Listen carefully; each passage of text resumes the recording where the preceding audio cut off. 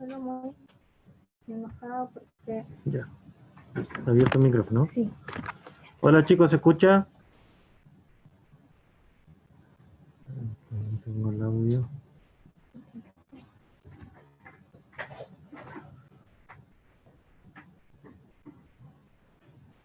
Sí, sí, ya, bacán. Muchas gracias. Ya.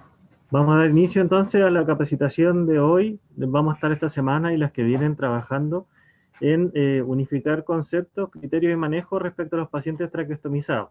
Ya, tal como ustedes han visto, estamos teniendo con más frecuencia ahora, así que consideramos importante revisar temas, aclarar dudas, y para eso le pedimos a Jennifer Ayuso, que está aquí al lado mío, que se los voy a presentar al tiro, que nos va a presentar junto con Karina González, que ustedes la conocen como enfermera, un compendio de los cuidados y manejo del paciente traqueostomizado, para que empecemos a aplicarlo acá en UTIM. Eso, bienvenidos chicos, los voy a dejar entonces con Jennifer, que va a partir la capacitación. ¿Dudas al final? ¿Las dejamos para el final? O si quisieran ir preguntando, van Ya. preguntando. O si quisieran ir preguntando entre medio, me dice Jennifer, no hay ningún problema. Ya está el chat disponible. Los que vayan llegando les pedimos que silencien el micrófono. Y eso, súper. Gracias por la asistencia. Ya, ¿ahí se ve bien? Ya. Hola chicos, ¿cómo están? Vamos a empezar esta capacitación conjunta que hicimos con la Jenny, ¿ya? Porque cualquier cosita nos van avisando. Espérame.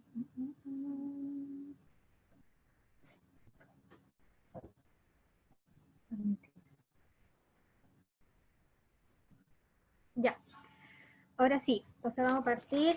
Como bien dijo Pietro, es súper importante actualizar algunos conocimientos. Espérame, que hay un participante. ¿Sí? Actualizando los conocimientos respecto a la traqueostomía, que es lo más frecuente que vamos a tener, así que vamos a presentar entre conjunto aquí con la Jenny, que está aquí al lado mío. ¿Ya? El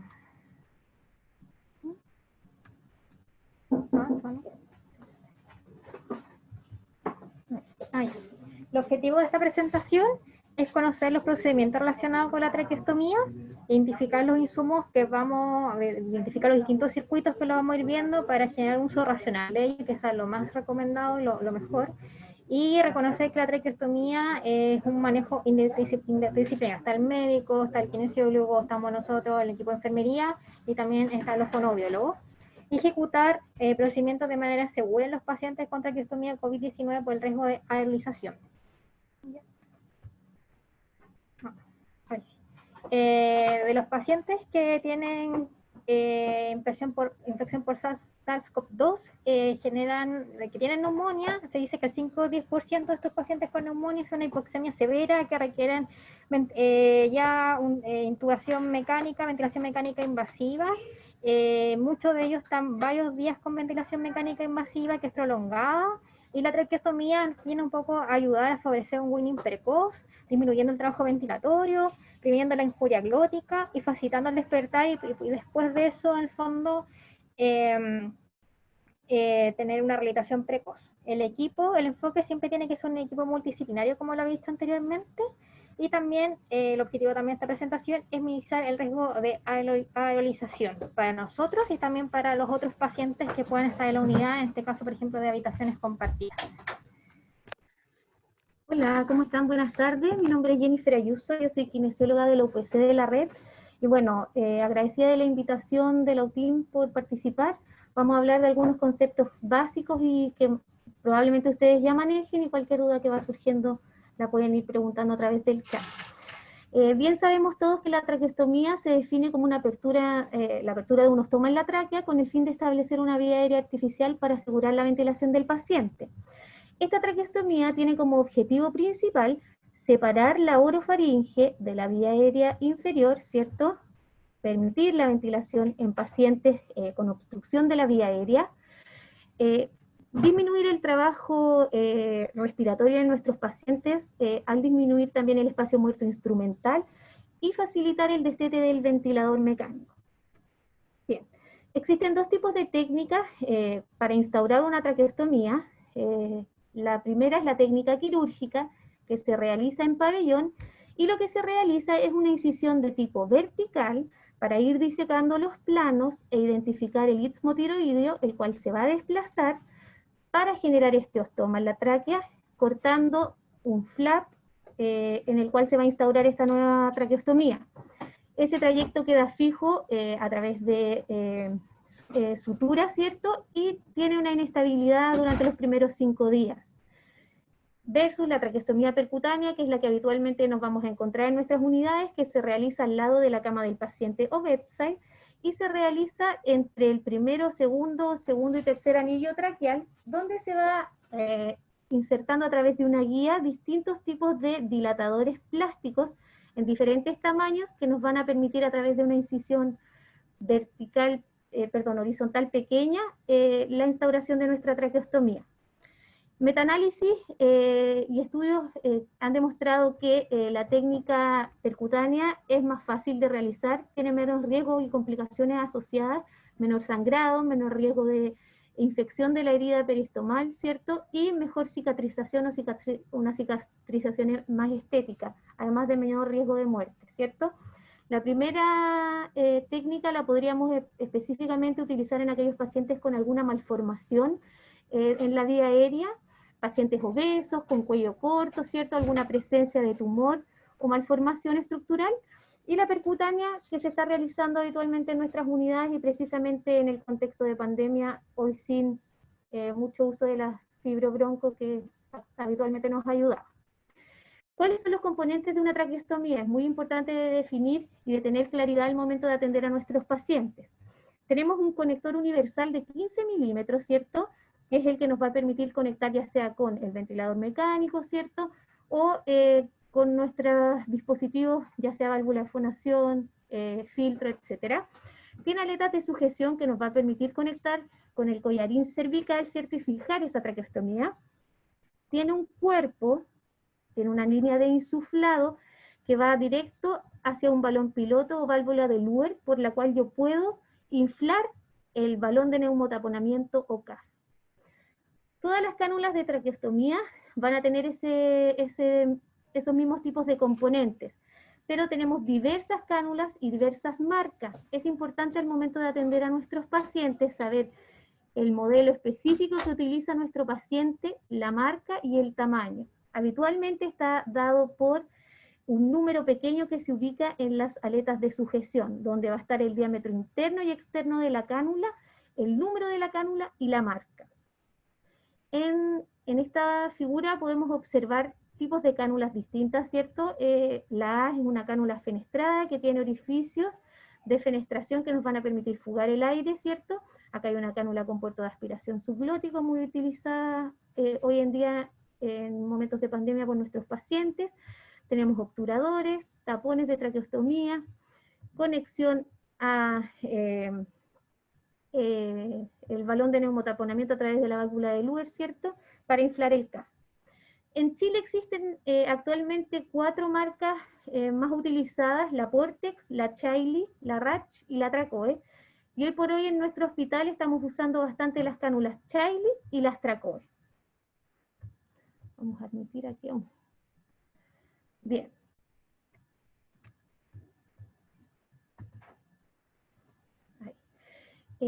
Las cánulas de aspiración subglótica, que han sido bastante utilizadas en nuestras unidades, tienen como finalidad específica aspirar el contenido subglótico que se va acumulando sobre el CAF. Para eso cuenta con un lumen de remoción de secreciones subglóticas que va conectado directamente al puerto de aspiración de la vía subglótica, y es el mecanismo por el cual nosotros podemos limpiar y asear esta vía aérea. Lo más importante de saber es que a través de este puerto subglótico nosotros podemos tanto aspirar secreciones como instilar aire a través de la subglótica para rehabilitar a nuestros pacientes, ya sea por kinesiología o por fonoaudiología.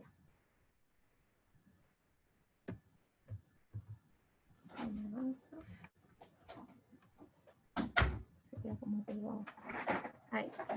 Las ventajas que tiene la traqueostomía es primero que reduce la resistencia de la vía aérea, disminuye el trabajo ventilatorio de nuestros pacientes, facilita la higiene oral, permite la alimentación, favorece la comunicación, disminuye los requerimientos de pseudoanalgesia, facilita el destete del ventilador mecánico y por consiguiente también acorta la estadía en UCI. ¿A qué pacientes está indicado principalmente? Está indicado principalmente a aquellos pacientes que han estado en ventilación mecánica prolongada mayor o igual a 14 días, aquellos pacientes que han tenido un fracaso en el destete de ventilación mecánica con reintubación en 2 o más oportunidades, aquellos pacientes que tienen un compromiso cualitativo o cuantitativo de conciencia con incapacidad de proteger vía aérea, y aquellos pacientes con patologías neuromusculares. Antes de seguir con los temas más específicos de esta presentación, vamos a hacer una pausa y primero vamos a mostrar cuáles son las consideraciones que debemos tener con nuestros pacientes ante cualquier tipo de procedimiento con su traqueostomía. Primero, que no se nos olvide explicar al procedimiento, al paciente, todo lo que vamos a hacer, generar una intimidad hacia el paciente y tratar desde ya. La educación es importante. O sea, desde el minuto 1, educar a nuestros pacientes, siempre escucharlos, de identificar lo que ellos necesitan. Pero ahora siempre la condición hemodinámica y respiratoria, vamos a evaluar aparte la saturación, la cantidad de oxígenos que estamos dando, la cantidad y calidad y tipo de secreciones que tiene, el trabajo respiratorio, el uso no de musculatura accesoria, entre otros. Y también tenemos que comunicar, como estamos hablando anteriormente, una comunicación efectiva. Hay cartillas educativas, hay cartillas de comunicación, acá en la unidad también la Xochimilco hizo unas cartillas, también diferenciadas entre hombres y mujeres. También aquí la jefatura ha puesto a disposición pizarras para que puedan escribir los pacientes que tienen, que aún están con la válvula de fundación. Tenemos que permitir a nuestros pacientes en todo procedimiento tener en posición semifoule para permitir una expansión pulmonar, siempre utilizar nuestros elementos de protección personal.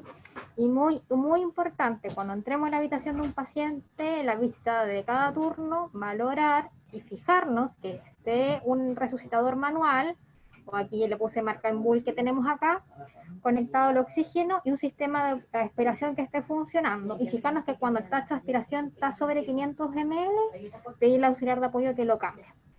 Aspirar las secreciones traqueobronquiales porque muchos procedimientos van a generar reflejo de la tos en los pacientes y van a querer eliminar secreciones, y previo a aspiración u otros procedimientos puede que necesitemos aumentar la FiO2 del paciente.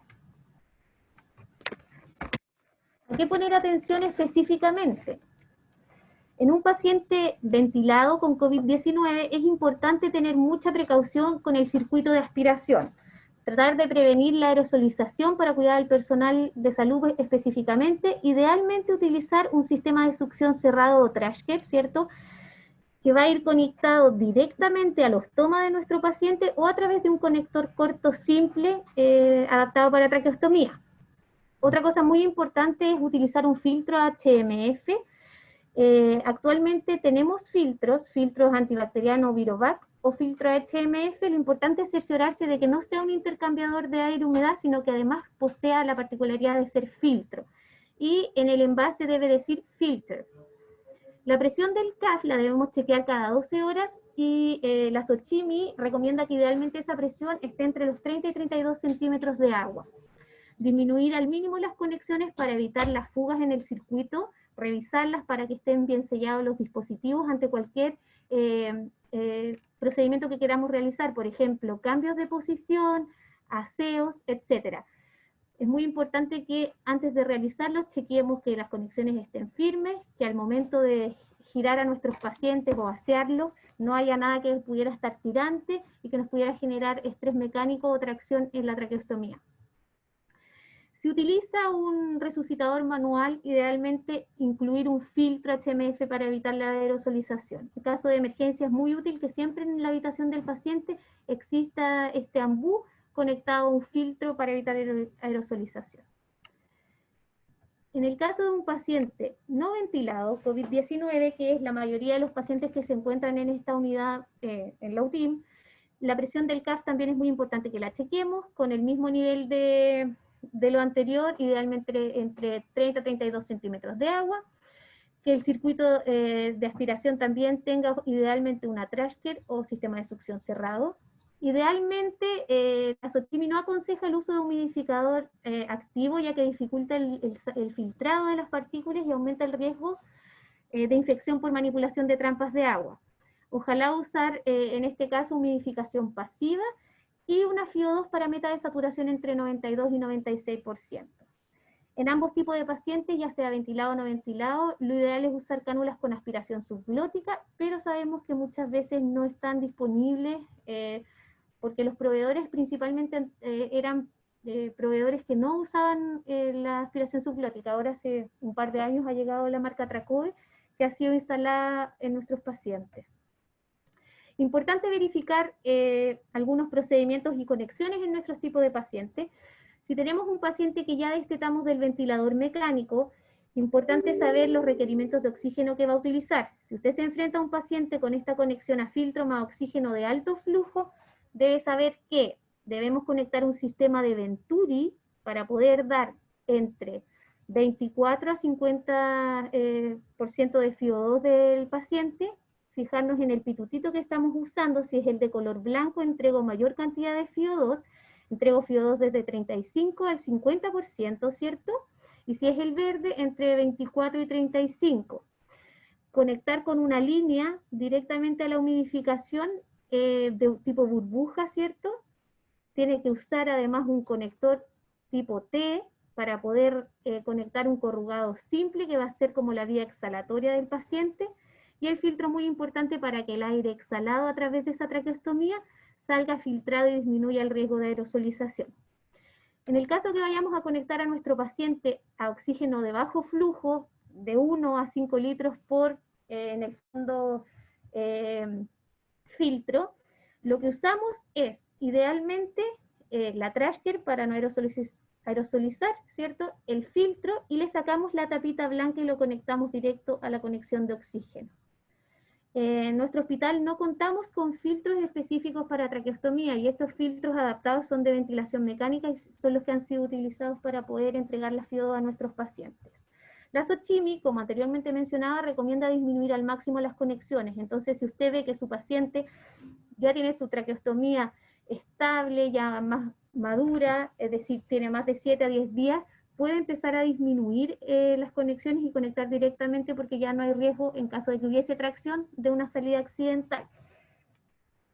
En caso de pacientes conectados a ventilador pesado, nos vamos a encontrar la mayoría de las veces con circuitos de humidificación activa que no están recomendados por la SOCIMI, pero que en este caso, al ser un circuito cerrado de ventilación, nos permite termohumidificar de mejor manera a nuestro paciente, dado la condición de ventilación mecánica prolongada.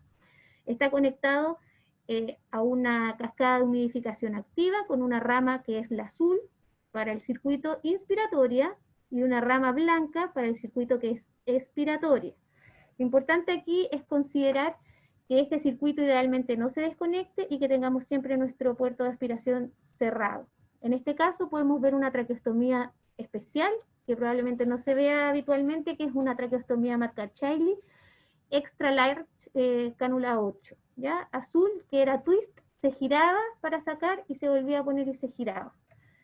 Hay que tener claridad en cuanto a las traqueostomías que usamos para ver en el fondo si tenemos una urgencia, el número de la endocánula adecuada y del tamaño de esta. En la UTIM vemos harto estas conexiones a ventilador liviano. En este caso, en nuestro hospital contamos con el Trilogy de Respironic y el ventilador liviano Carina de Drager. Y lo importante de conectar a este tipo de ventilación y de tener en consideración es que siempre debemos utilizar un filtro en la salida, ¿cierto?, del circuito, que es unidireccional, es decir, por el mismo circuito que es de una sola rama yo inspiro y expiro. En el caso de que el circuito sea Drager, va a tener su válvula expiratoria en el circuito. Pero en el caso de que yo tenga un circuito simple, vamos a tener que agregar un puerto exhalatorio, ¿ya? Ese puerto exhalatorio se los voy a mostrar más adelante porque no está aquí en la presentación. Es un puerto pequeñito que es una pieza que va a tener un orificio para exhalar el CO2 y así el paciente no lo retenga. Podemos conectar directamente con un corrugado corto o largo, depende de lo que dispongamos, y este filtro para exhalar el aire y lo filtre. Bueno, dentro de toda esta explicación, lo más importante en el cuidado de los pacientes traqueostomizados es chequear ciertos tipos de procedimientos importantes. Lo primero es chequear la presión del CAF, fijarse en el cambio de filtro, el aseo y cambio de endocánula. La curación, fijación e higiene oral es fundamental, los sistemas de humidificación y otros, la decanulación y el manejo interdisciplinario, de los cuales vamos a hablar en extenso ahora en este ratito. La presión del CAF. Es importante medirla diariamente, ustedes la realizan cada 12 horas, y habitualmente el profesional que vaya a atender a ese paciente la va a realizar durante su atención. La presión de perfusión de la tráquea está alrededor de los 35 a 40 centímetros de agua. Por lo tanto, es fundamental que nosotros sepamos que si aumentamos la presión de ese CAF a mayor presión de la que les mencioné, podemos dañar las paredes de la tráquea y generar un daño en la perfusión de estas, provocando isquemia o injurias, fístulas traqueoesofágicas, etc. Por eso, chequear siempre que la presión del CAF esté entre 25 y 35 centímetros de agua como máximo. Actualmente contamos con estas jeringas que son cafómetros, ¿cierto?, que nos permiten desinflar e inflar, y también con estos cafómetros manuales que nos van a permitir el selle correcto de nuestro CAF. Ya, vamos a hablar entonces ahora del cambio del filtro de traqueostomía, qué es lo que tenemos que hacer. Primero, reunir el material acorde, en este caso nuestro filtro HMEF, disponer de nuestros elementos de protección personal adecuados. Previo a este cambio de filtro, medir la presión del CAF, que ya aprendimos en los centímetros de agua que tenemos que tener. Y generalmente, como vamos a estar manipulando mucho la vía aérea, podemos generar el reflejo de oxígeno en los pacientes, y se sugiere aspirar las secreciones SOS con el circuito de aspiración cerrada que tengamos. ¿Doble clic? Sí, no sé por qué se raya. Ahí sí. También tenemos que evaluar la estabilidad clínica del paciente, la parte ventilatoria, si está con mucho trabajo respiratorio, la parte hemodinámica, porque este cambio de filtro tiene que ser algo idealmente programado.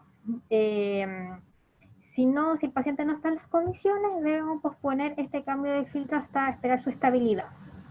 Nos vamos a poner en tres situaciones: si el paciente está en ventilación mecánica y no coopera, si está en ventilación mecánica y sí coopera, y si está solamente si no está en ventilación mecánica. Si está en ventilación mecánica y un paciente que está agitado y no coopera, siempre tenemos que colocar nuestro ventilador, que lo que vamos a tener acá en intermedio son ventiladores livianos, como el Respirónico o Carina de Draguer, en stand-by, para disminuir el riesgo de aerolización. Chimi recomienda bolos de sedación SOS, pero hablando aquí con la Jenny me contaba que en la UCI como que en realidad no lo utilizaban mucho, ¿ya? Retiramos el filtro y reemplazamos por uno nuevo, volvemos a conectar a nuestro paciente a ventilación mecánica invasiva y reevaluamos cómo, si es que se haya acoplado bien y que esté estable. Si el paciente está en ventilación mecánica con un ventilador liviano, con el que vamos a tener acá, y está cooperando, le solicitamos al paciente que haga una pausa expiratoria. ¿Cómo hacemos eso? Simplemente le decimos al paciente que aguante la respiración. Nuevamente colocamos stand-by nuestro ventilador, retiramos el filtro, reemplazamos por uno nuevo y conectamos al paciente nuevamente al ventilador y reevaluamos que esté todos los parámetros ok. Si el paciente está en bajo rendimiento de oxígeno con FiO2 ambiental y está cooperando, le solicitamos que haga nuevamente una pausa respiratoria, que aguante la respiración, retiramos el filtro y reemplazamos por uno nuevo. Todo este procedimiento tiene que hacerse de forma rápida, que no debemos idealmente demorarnos más de 10 segundos por el riesgo de aerolización hacia nosotros. Incluso se recomienda tal vez no colocarnos a los pies de la cama, sino como de costado, para que no nos lleguen todos los aerosoles que va a emitir el paciente hacer este cambio. Cuando realizamos el cambio de filtro, SOS. O sea, si vemos que el filtro está visiblemente sucio. O cada 5 días junto con el cambio de la endocánula. Esas son las recomendaciones. Ahora vamos a ver acerca del aseo de la endocánula. El aseo de endocánula, un poquito. El aseo de la endocánula no está recomendado en pacientes con COVID-19 por el riesgo de aerolización, pero eso no implica que no tengamos que estar alerta observando algunos signos que nos alerten de obstrucción. Podemos ver algunas gráficas al ventilador o simplemente estar atentos de la viscosidad o calidad o tipo de secreciones que tienen nuestros pacientes que nos pueden estar alertando ante una obstrucción. Por supuesto, si un paciente tiene las secreciones más adherentes, más espesas, tal vez tenemos que cambiar ese filtro antes en la situación de urgencia, o estar más atento a la hemodinamia y la parte ventilatoria y el trabajo respiratorio del paciente para que algo que nos alerte la obstrucción. A pesar de que no se recomienda el aseo de la endocánula, igual quisimos colocar acá una diapositiva muy breve de cómo se asea una endocánula en pacientes, por eso pusimos no COVID-19. Primero reunimos el material, acá puse entre paréntesis endocánula nueva SOS. ¿Por qué? Porque si la cánula está muy dañada o visiblemente sucia y no podemos limpiar porque las secreciones están muy adherentes, sí o sí vamos a tener que cambiarla. Gasas estériles que sean largas para poder limpiarla, higiene de manos, nuestros elementos de protección personal. Desconectamos la cánula interna de unas aletitas que tienen acá en el caso de la chili. Colocamos la endocánula adentro de nuestro riñón, colocamos las gasitas largas y con ayuda de unas pinzas las vamos limpiando. Introducimos estas gasas en el lumen interno de la endocánula. Y cualquier cosa, cambio de endocánula SOS. Esto es en pacientes no COVID. Si las secreciones son muy adherentes, se inspecciona la endocánula al menos 3 veces al día, y SOS, y si las secreciones están fluidas, inspeccionar una vez en cada turno. Vamos a hablar sobre ahora el cambio de endocánula, ya pensando en que estos pacientes no se les vamos a estar haciendo un aseo. Reunimos el material, súper importante, como dijo la Jenny, es identificar el número correcto de nuestra endocánula y el tipo. Lo que más estamos usando es la Traco y la Chili. El filtro, porque cuando vamos a cambiar la endocánula, que va a ser cada 5 días, vamos a aprovechar de cambiar nuestro filtro a sonda de aspiración cerrada. E idealmente el procedimiento debe ser, al igual que el cambio de filtro, programado. El paciente, para que sea rápido, que sea eficiente, que disminuya el riesgo de aerolización y que el paciente esté en las condiciones hemodinámicas y ventilatorias estables. Evaluamos siempre las secreciones, y si el paciente está en ventilación mecánica invasiva, siempre debemos, no sé si está viendo bien, no dice que es inestable. Sí. Pero se ve bien. Sí, si el paciente está en ventilación mecánica invasiva, la idea es observar una gráfica de obstrucción, que en algunos ventiladores se ve así. Hay una espiga acá, y aquí la gráfica se observa que hay un encajonamiento. Eso indica cuando podría estar el tubo tapado. Y siempre debemos mantener una endocánula del tamaño y tipo adecuado en la unidad del paciente en caso de SOS. O sea, aparte de tener el embudo, la red de aspiración funcionando, siempre fijémonos dentro de nuestros cuidados de una endocánula extra adentro. Aprovechando el cambio de endocánula, en la unidad es importante que nos podamos apoyar en la gráfica ventilatoria. En el caso de los pacientes conectados a Carina, cuando vamos a ajustes, podemos encontrar, como muestra el video, la opción de ver la gráfica ventilatoria con la curva de flujo y de presión de nuestros pacientes. Sí, vamos a sacar el marcador, el puntero láser, para poder darle play y así observar la gráfica. Voy a ajustes, me va a dar la opción de la gráfica ventilatoria. Arriba podemos ver la curva de flujo y abajo la de presión.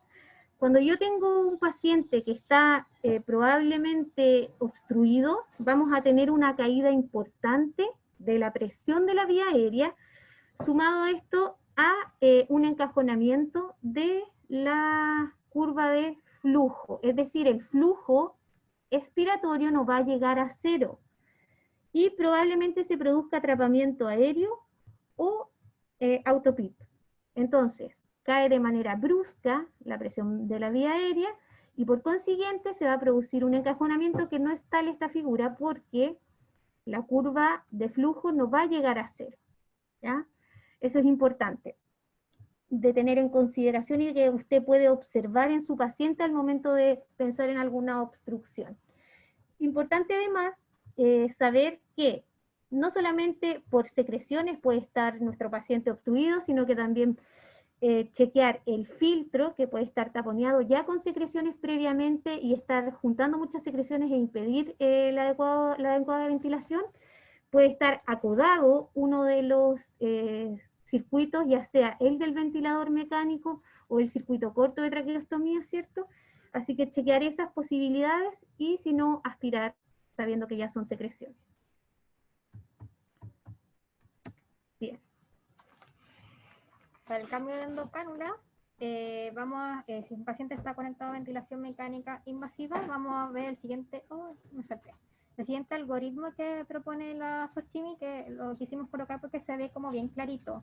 Bueno, siempre ver la mecánica, la tolerancia del paciente, a veces pacientes que están muy incómodos, inquietos, que claramente a veces no se pueden comunicar de manera efectiva, están desaturando, están taquicárdicos, significa de repente hay que ir que a lo mejor la endocánula hay que cambiarlas pre-tiempo porque están obstruidas. Si está en este caso el intermedio con un ventilador mecánico liviano, tenemos que preoxigenar con FIO2 al 100% por 2 minutos, siempre que el CAF esté sellado a la presión recomendada. Y bueno, la Xochimmi recomienda los pacientes que estén sedados o bloqueados pasarle algún bolo o si están despiertos, que en el caso del intermedio, que están oxidación superficial o vigil, proponen lidocaína en spray tópico para poder disminuir la tos. Le pedimos al paciente que prolongue la aspiración, que aguante la respiración. Dejamos el ventilador, como ya lo vimos, con el cambio del filtro en stand-by o simplemente lo apagamos. Desconectamos las aletitas de inserción de la cánula madre y con los guantes Steide retiramos la endocánula y colocamos la endocánula nueva con el número y el tipo que esté utilizando nuestro paciente. Para el cambio de cánula de una traqueostomía, tenemos que tener consideración de que es un procedimiento que no debe ser realizado de manera frecuente, sino que bajo ciertos hitos importantes que tengamos. El cambio rutinario es controversial, ya que aumenta o genera algún impacto negativo en la formación de granulomas por el lumen de la traqueostomía y quizás aumentar el sangrado e infecciones. Se utiliza principalmente o se realiza cuando hay una falla elocuente que se puede observar y que nos puede gatillar a un mal funcionamiento del CAF, ¿cierto? Ya sea porque pierde presión rápidamente o porque está de frentón roto o en malas condiciones el plástico. Cuando hay una disminución necesaria del lumen de la traqueostomía, por ejemplo, en aquellos pacientes que nos fugan aire hacia la vía aérea superior, necesitamos disminuir el lumen de la traqueostomía, es decir, achicarla. Necesidad de cambio de modelo en caso de, por ejemplo, un paciente que necesite ahora una cánula con aspiración subglótica o que necesite una cánula más grande. Presencia de algún proceso infeccioso asociado a este y problemas de permeabilización de la vía aérea.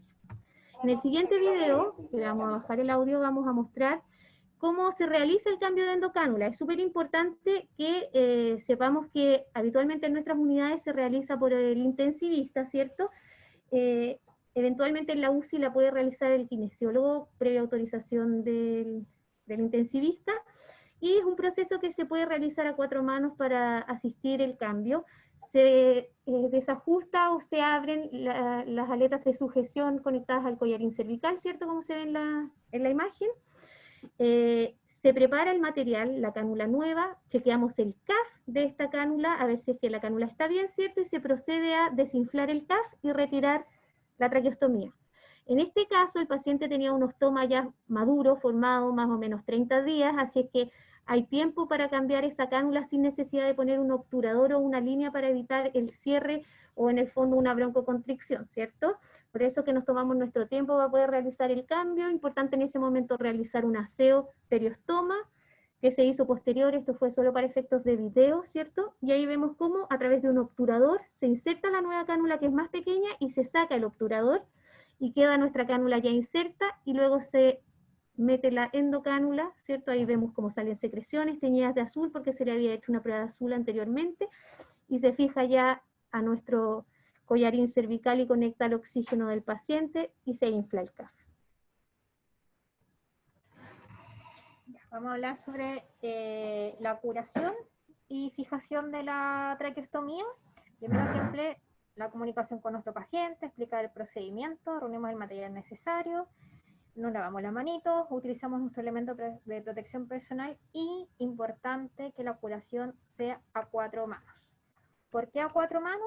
Porque vamos a generar el reflejo de oxígeno y porque vamos a estar presionando un poco la vía aérea en la curación y el paciente se puede decanular en forma accidental. Entonces es muy importante que alguien nos sujete la traqueostomía de forma suave para evitar la decanulación accidental mientras realizamos la curación. ¿Qué valoramos? La piel circundante, por ejemplo, en esta parte de aquí hay una fotito donde sale bien eritematoso. Inicialmente cuando vienen de la UCI están con puntos de la zona de fijación en las aletitas y presencia o ausencia de secreción peristomal. Siempre antes y después del procedimiento de la curación y cambio de fijación, chequeamos la presión del CAF, aspiramos secreciones porque vamos a estimular la tos. Al estimular la tos, claramente pueden salir secreciones y contaminarnos nuestra curación que estamos realizando.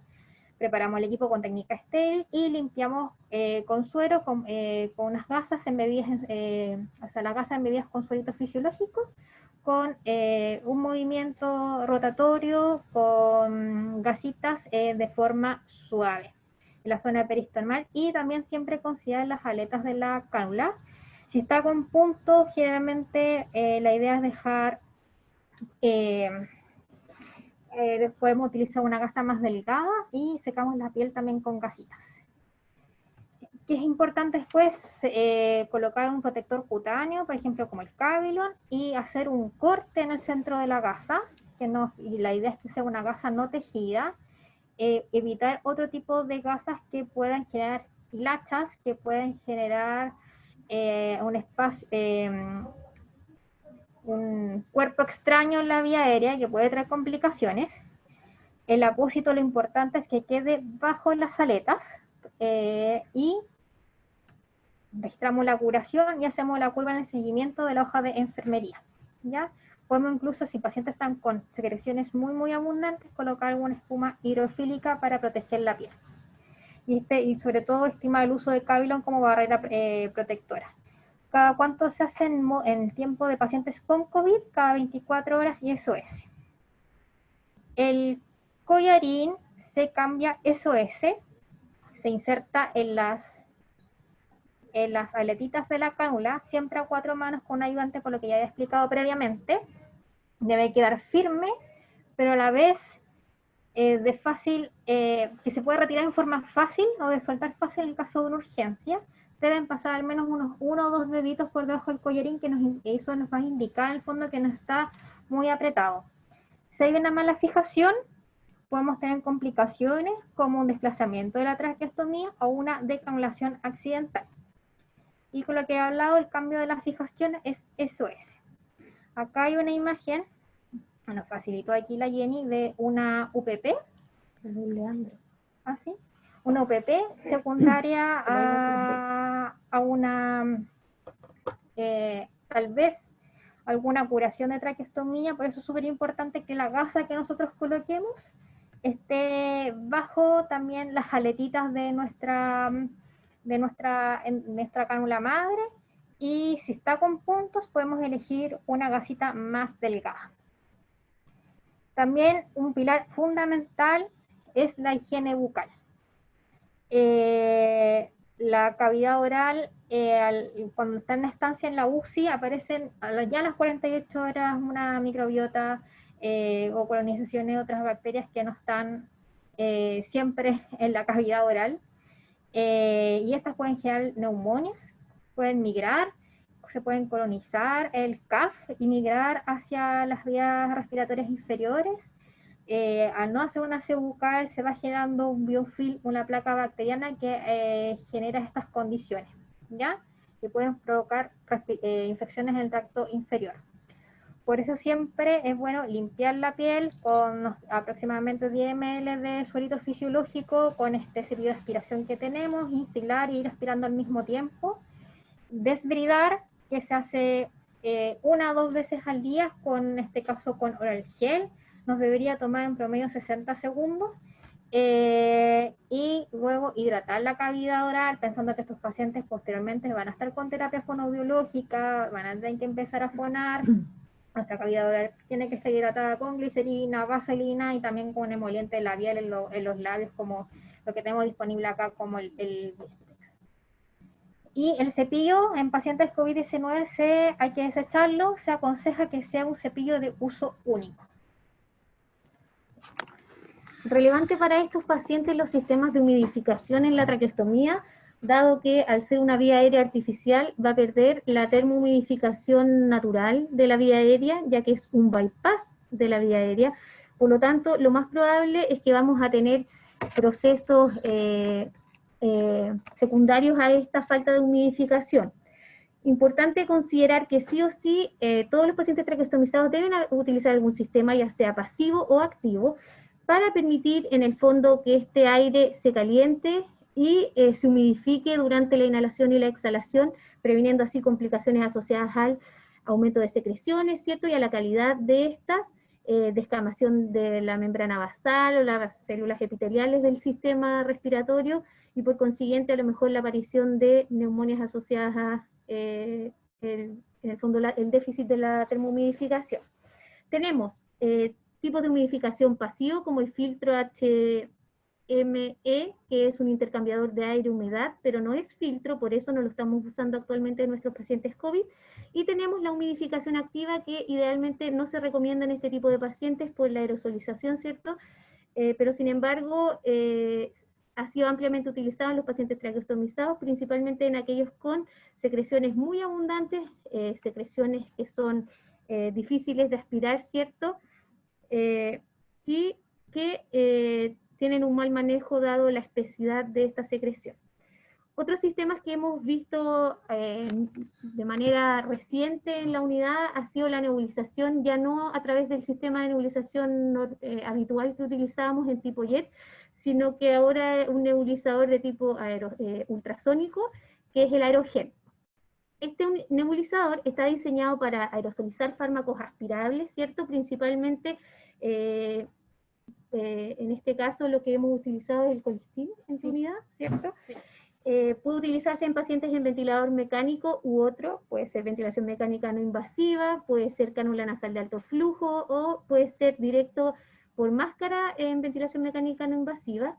Lo relevante de la utilización de este nebulizador es que es fácil y es amigable, tiene poquitas cosas en las que nos debemos fijar, pero hay que comprobar que funcione correctamente. Tiene una zona donde se indican los errores a través de una luz que va a aparecer naranja al momento de que haya alguna falla, y tiene una luz de indicador de modo a los 30 minutos y a los 15 minutos si es que yo quiero entregar una nebulización en ese tiempo. El encendido y el apagado está en el botón de arriba, ¿cierto? 15 minutos, para dar la nebulización de 15 minutos solo hay que pulsar y soltar, y si es 30 minutos, pulsar y mantener durante 3 segundos. Tiene un indicador del estado de batería y una entrada de cable al controlador. No se debe utilizar un filtro HMF entre la nebulización y las vías respiratorias del paciente, y tiene una capacidad máxima de 10 ml, por lo tanto no se debe llenar por sobre el punto del indicador. Lo importante y relevante es que el tamaño de la partícula es considerablemente inferior versus los otros nebulizadores, de 3,1 micrómetros, no calienta ni degrada el medicamento. Este tamaño de la partícula nos va a permitir tener menor impactación y mejor sedimentación de las partículas y de la nebulización. Va a operar en línea con circuitos de ventilación mecánica, y no va a tener problemas en entregar el medicamento en aerosolizar al abrir o cerrar la cubeta, y va a tener bajo volumen residual del medicamento, que es algo que siempre nos pasa con las nebulizaciones normales, que queda algo de medicamento. Lo importante es chequear que siempre esté funcionando, es decir, que se pueda ver en el fondo la condensación que se produce durante la entrega del medicamento y que no vaya a estar arrojando alerta o alarma.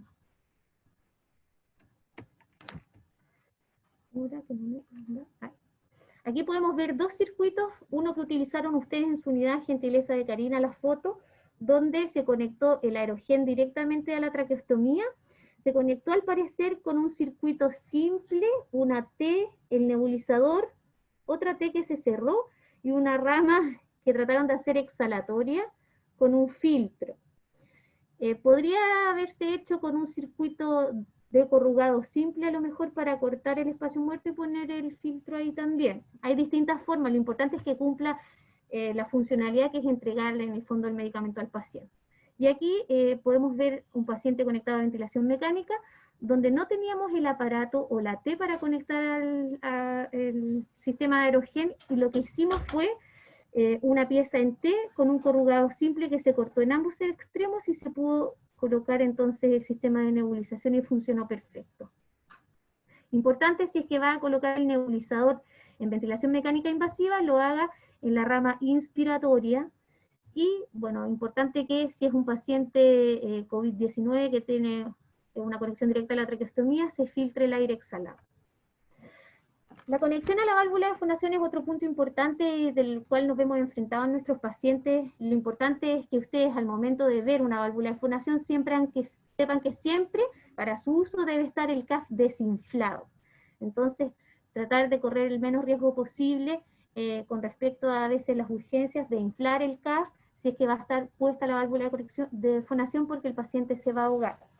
La válvula de fonación es una transición rápida hacia los procesos de cierre u obturación de la traqueostomía y nos van a permitir, ya que son un dispositivo unidireccional, que entre aire a la vía aérea, pero que no salga por ella, es decir, se libere esa exhalación a través de las vías aéreas superiores, nariz y boca. Lo importante es evaluar la tolerancia del paciente a este procedimiento previo a aseo de orofaringe y de traqueostomía, ya que si desinflamos el CAF, todo el contenido que va a estar por sobre él puede caer hacia la vía aérea inferior y generar colonización. Las ventajas de su uso son la mejora en los mecanismos de tos y deglución, además del manejo de secreciones, olfato, higiene, fonación, estado anímico del paciente y pronta decanulación. Para poder instaurar nuestra válvula de fonación y luego ocluir, el paciente debe estar vigil y tener una estabilidad hemodinámica, es decir, preocuparme de que no esté taquicárdico, es decir, idealmente frecuencias cardíacas bajo 100 o 110, dependiendo de la unidad en la que se encuentre, las frecuencias respiratorias ideal menor a 24, ¿cierto? Presiones arteriales dentro de rangos normales y frecuencias, en el fondo, trabajo respiratorio normal. Que el paciente logre deglución espontánea facilitada o no de secreciones, que logre un clearance tusígeno al menos parcial al deglutir, y si es que vamos a instalar nuestra válvula de fonación, que nuestro paciente siempre utilice mascarilla simple en caso de ser COVID positivo. Pueden encontrarse ustedes en sus unidades con distintos tipos de obturaciones. La válvula de fonación tapada con tela, la NIFTY, o llave de 3 pasos ocluida con el émbolo de una jeringa de 20, ¿cierto? O un tubo T ocluido con el émbolo de jeringa de 20. Cuando usted vea una de estos tres tipos de oclusiones o selle, tiene que saber al tiro que nuestro paciente está en proceso de oclusión y que el CAF siempre debe estar desinflado. Aquí tenemos los insumos y los precios de algunos de ellos, más los códigos para su uso. Si es que en algún momento necesitan el código, pueden acudir a esta diapositiva. Las piezas en T para ocluir son mucho más baratas, valen 1.477, versus la NIFTY, que vale 12.858. La válvula NIFTY, específicamente kinesiología, la utiliza para medir la presión inspiratoria máxima o PIM y para evaluar la presión subglótica en nuestros pacientes. Si usted quiere ocluir, no es necesario que la utilice, sino que más bien ojalá use la pieza en T. Las válvulas IMT que utilizamos para el entrenamiento son el insumo más caro, así que idealmente no perder los insumos de los pacientes porque tienen un costo importante, Y el puerto exhalatorio simple, del cual les hablaba para el circuito de ventilación mecánica, es bastante económico, así que idealmente lo deberíamos usar siempre.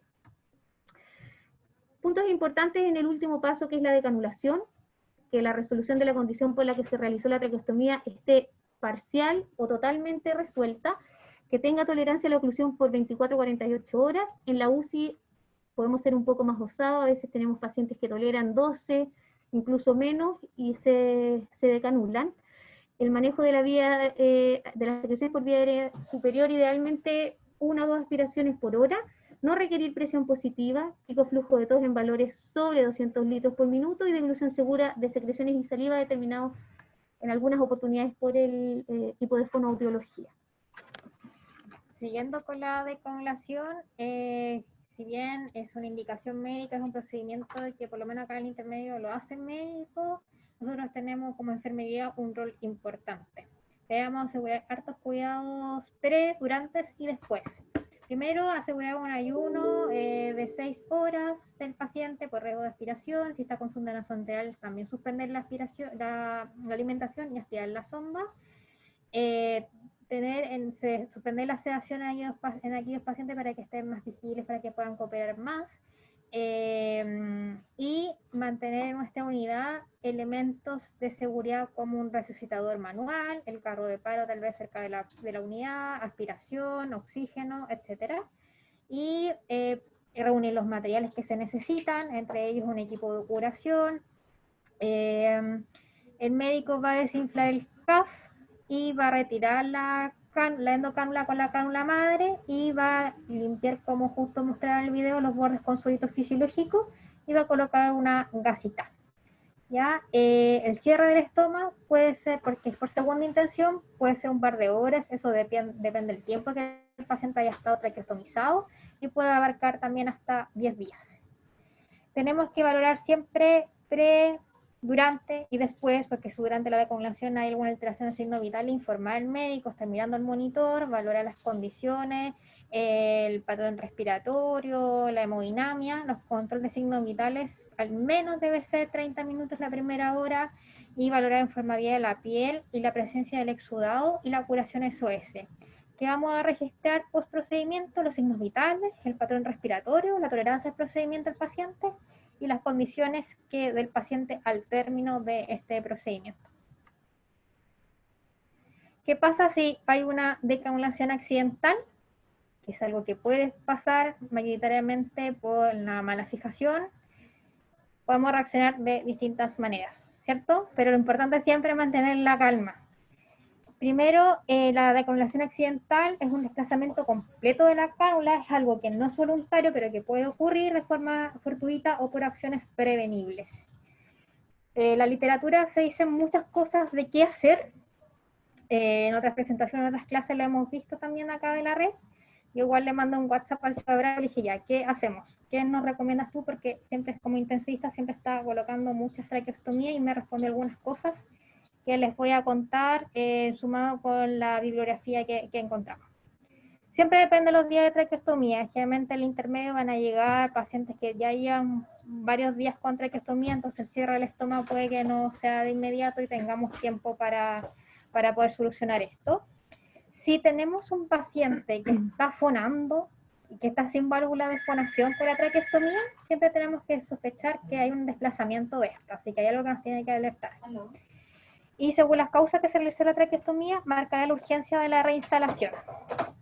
¿Ya? La decanulación accidental, las recomendaciones es siempre, nosotros al principio habíamos hablado de tener una endocánula de repuesto, bueno, ahora vamos a tener a mano también siempre tener identificado en nuestra unidad una set de cánula completo de repuesto, siempre pedir ayuda, depende de la urgencia, el carro de emergencia cercano a esta unidad, oxígeno por mascarilla, la posición de olfateo en el paciente para asegurar la vía aérea, y la recanulación debe ser por alguien que sepa. O sea, debemos llamar al médico, algunos quienes que están entrenados para esto, o el intensivista puede bajar, y alguien que sepa, porque si nosotros reintroducimos la cánula nosotros, podemos generar algún daño importante y algunas consecuencias.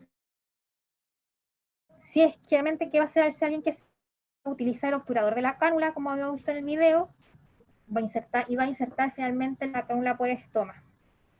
Si no logran reinstalar nuevamente la cánula de traqueostomía, lo que se recomienda en alguna literatura es colocar insinuado un poquito una sonda de aspiración y por ahí suplementar oxígeno, y si no se logra, se tendría que reintubar el paciente. Lo más importante es ver cuál es la urgencia, cómo responde el paciente, y colocar posición de olfateo y mascarilla, hasta que alguien que sepa, y siempre pedir ayuda. Es una complicación que puede ser fatal, pero simplemente podemos prevenir con una muy buena fijación. Bien. Estudios internacionales y algoritmos internacionales también nos muestran algunos pasos a seguir. Importante preocuparse de algunas siglas, por ejemplo, la sigla DONE, que habla de la D desplazamiento, la O de obstrucción, la N de neumotórax y la E del equipo. Es muy importante el equipo. Si, por ejemplo, tuviéramos una emergencia en la traqueostomía y en su manejo, importante llamar al experto, ¿cierto? En este caso, el intensivista, como mencionaba Cari, el médico de turno o algún kinesiólogo que pueda resolver el problema, y preocuparse siempre de mirar, escuchar y sentir la boca y la traqueostomía del paciente, a ver si es que este paciente está o no respirando. Si el paciente está respirando, se va a aplicar oxígeno tanto en la vía aérea superior, ya sea nariz o boca, y a través de la traqueostomía para resolver la urgencia. Si es que el paciente no está respirando, idealmente llamar a activar el código azul, ¿cierto?, para que nos vengan a ayudar. En el caso de que logremos en el fondo remover la endocánula del paciente, tratar de ver si es que tiene puesta la válvula de fonación o un tapón, sacarlo, remover la endocánula para ver si existe obstrucción, si está tapada con secreciones, y si pasa o no un sistema de succión a través de ella para aspirar en el primer momento, es decir, tratar de aspirar a ver si es que está en el fondo con secreciones o un tapón. Si lo logras y que esa traqueostomía logra en el fondo pasar la succión del catéter, considera una obstrucción parcial, ventilar y continuar con el manejo. Si es que no, desinflar el CAF, volver a mirar, escuchar y sentir la boca y la traqueostomía del paciente. Si es que tenemos acceso a ventilación mecánica, usar la curva de capnografía que nos va a dar conciencia de que este paciente sí está exhalando, ¿cierto? Y si el paciente mejora, ya sea por una obstrucción parcial o porque tenía un tapón mucoso, etcétera, ya tenemos la precaución de que ese paciente debemos estar chequeando la endocánula, y si no, se remueve el tubo de traqueostomía, ya a través de la indicación del médico tratante o de la urgencia que ha llegado a cubrir. Es muy importante, y los estudios mencionan que tiene un impacto en el tratamiento de nuestros pacientes traqueostomizados, tanto el manejo por enfermería, médicos, kinesiólogos, fonoaudiólogos, nos va a reportar muchos beneficios en cuanto al uso de válvulas de fonación, ¿cierto? Disminución de las complicaciones asociadas a las traqueostomías, de canulaciones accidentales, etc. Por eso es relevante que este manejo sea interdisciplinario y que nos permita así de esta forma lograr disminuir la cantidad de complicaciones respiratorias, las obstrucciones de la cánula, ¿cierto?, mejorando los procesos de atención de salud y calidad de vida de los pacientes. Bueno, antes de concluir, por no el tiempo, los fonoaudiólogos nos pueden hacer presentes acá, pero muchos me mandaron sus preguntas por interno cuando les pregunté como si tenían dudas para el equipo de fonoaudiología. Las tengo acá. Se las voy a compartir por documentos escritas, las tengo escritas, mira, se portaron muy bien ellos, lo mandaron por escrito. Más que nada las preguntas eran en qué consiste la prueba del azul, qué nos debemos fijar. Ya la Jenny aquí habló un poco del aire subglótico, pero más o menos ellos nos cuentan un poco cuál es su rol también con los pacientes traqueostomizados, que para ellos es importante que enfermería nos estemos fijando con los pacientes para contribuir con el trabajo en equipo en cuanto a su rol. Hablas un poquito, nos cuenta qué pacientes son candidatos a la válvula de fonación, y más que nada también nos cuentan un poco cómo se dividen ellos, cómo es su forma de trabajar. Así que todo esto se los voy a compartir en no el tiempo, pero son varias preguntas y varias respuestas bastante interesantes para complementar esto. Dentro de las conclusiones, bueno, ya lo hablamos, manejo interdisciplinario, están los médicos, los kinesiólogos, fonoaudiólogos, nosotros el equipo de enfermería, muy importante para sacar adelante a estos pacientes, y cada vez vamos a tener más.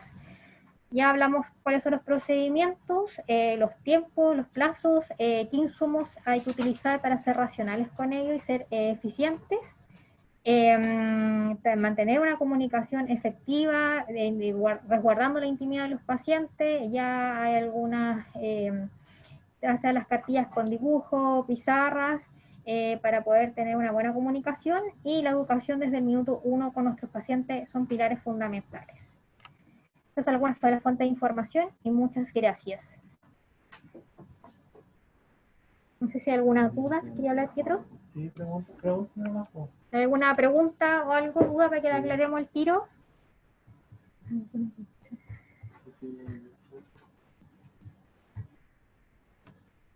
No está el chat acá. Soy WhatsApp.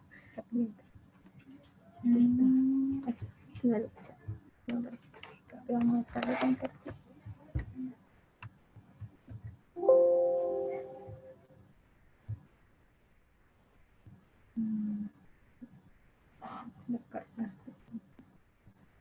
Entonces ahora vamos a... No, no me aparece el chat. Es que no... ¿Abajo dice chatear? Sí, es que no me está apareciendo. Más, aquí está el chat. Ya.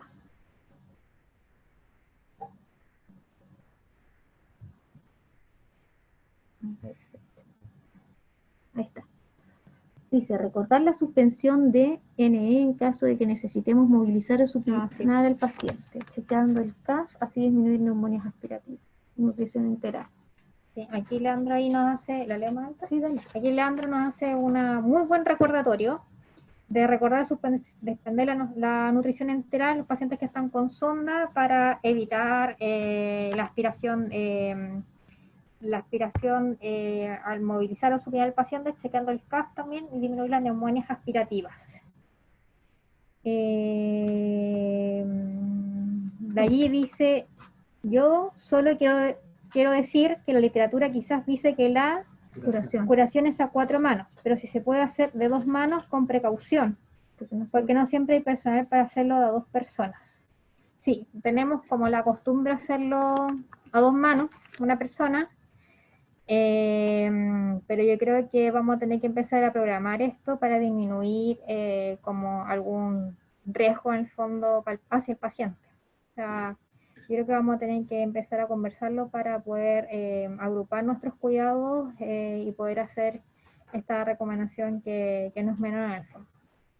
Y dice, precaución con la sonda de aspiración cerrada, como algún... Esa es una pregunta. Si nos puede Galaxy A50 repreguntar o solo quiere confirmar, hacer una afirmación de precaución con la sonda de aspiración cerrada. O no sé que nos puedes contar con la sonda con algún cuidado o algo con la... El sistema de succión cerrada, el fabricante dice que se debe cambiar cada 7 días, pero en el caso de COVID-19 se mantiene hasta que esté visiblemente sucia, ¿cierto? Rota, o con el cambio de endocánula cada 5. Importante en caso de pacientes que estén con ventilación mecánica, ya sea por ventilador mecánico liviano o pesado, que al introducir la sonda, en el fondo uno no llegue hasta el tope, y si llega hasta el tope, que va a ser la bifurcación de la carina, tratar de retirarse un poquito antes para no succionar las paredes de la tráquea y generar alguna injuria. Luego de eso retirarse, succionando por supuesto. La sonda va a tener unos ciertos numeritos que nos van a indicar cuánto podemos ingresar y tratar de fijarse en ese valor para que así el paciente no le generemos injuria en la tráquea. Lo otro es que si retiramos mucho la sonda de aspiración y queda como muy pasada, empieza a succionar el aire del ventilador y se pierde volumen corriente. Entonces tratar de que quede siempre dentro y hacer la posterior a la succión con suero fisiológico para que quede limpia y prevenir en el fondo las complicaciones asociadas a las neumonias, ¿cierto? Sí, dice, Galaxy dijo, no, porque ha pasado que la sonda de aspiración cerrada queda dentro de la traqueostomía y el paciente no puede respirar por obstrucción. No sé si te ha pasado a veces que se haya con alguna complicación. Sí, mira, la verdad es que siempre hay que preocuparse de que el que va a succionar retire completamente la traqueostomía y que quede visible en el lumen por donde uno instila para limpiar la sonda. Si queda muy pasado, se puede producir ese fenómeno que en el fondo puede chupar un poco de aire del ventilador y se infla la sonda. No sé si han visto las bolsas que a veces se inflan, y si no, que quede un poquito adentro, pero nunca metida para que el paciente no se obstruya. Lleva una marquita negra hasta Sí. donde debamos salir. Leandro dice cuidar las trash cans si se desconecta, mantener la esterilidad del insumo, lavar con suero fisiológico cada vez que se utilice para preservar su utilidad. Así es. Sí. Muchas gracias, Leandro, por tus aportes. Sí, pues. Eso, no sé si alguien más tiene alguna pregunta con respecto a la instilación de aire por la subglótica. Es un procedimiento que realizamos tanto kine como fonoaudiología y sirve para el entrenamiento de los pacientes. La teoría de la insuflación de aire a través de la subglótica tiene que ver con que se estimula la mucosa del área subglótica, porque por ahí pasa la rama superior del nervio laríngeo. Entonces, al estimular esta zona con aire, generamos mejoras en la propiocepción, ¿cierto?, en la deglución, en la fonación, en la tos y en el carraspeo. Por eso lo utilizamos. Se utiliza aire, ojo con eso, no debe ser oxígeno. El aire, si va a ser utilizado más de 15 minutos, ojalá sea humidificado, y puede utilizar desde 1 litro hasta 7 litros, dice la literatura. Eso como para aportar a ese tema. Lo de fonoaudiología. Sí, el cuestionario que nos mandó, la respuesta se lo vamos a enviar. Eso sería, no sé si gracias por su atención, muchas por gracias. su participación. Agradecer también a la Marce, que una de las fotos me la mandó la Marce, y a la Jenny por la buena voluntad que tuvo, y a todos los presentes. Agradecer a Leandro también por su aporte. Gracias por la asistencia, chiquillos. Damos cierre. Vamos a dejar grabada la presentación para seguir compartiéndola, pero gracias a todos los que asistieron hoy día. La idea era ser bien nutritiva la conversación y creo que sirvió mucho. Así que eso. Nos vemos en la próxima. ¿Y cuando quiera? Hijo de